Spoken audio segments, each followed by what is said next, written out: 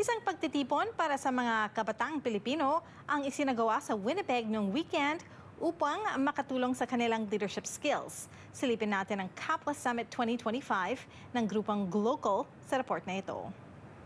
Your heart to care, and then the ability to work really hard towards your goals alongside community, with community. Ito ang mga payo na ibinigay sa Kapwa Summit na ginawa sa University of Winnipeg kamakailan. Theme is kabataan, kwentuhan at pagkilos. And during this time, we gathered together 111 participants at our Kapwa Summit.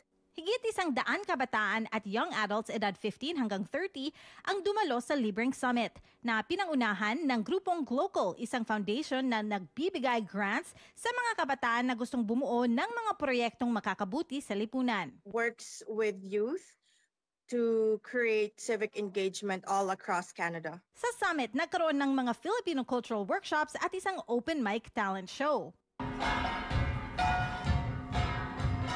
Pati na rin networking kasama ang mga mentors, katulad ng mga Pilipinong nasa larangan ng politika sa Manitoba.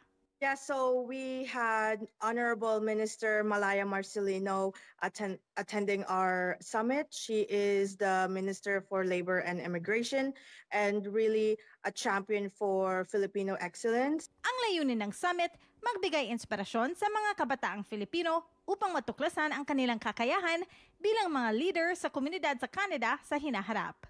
We know that Canada needs youth, and hearing their stories, their lived experiences is very important. And hopefully summits like this inspire them to take on a more leadership role in our community. At yan ang mga balita ngayon araw. Itong Omni News Filipino. Maraming salamat.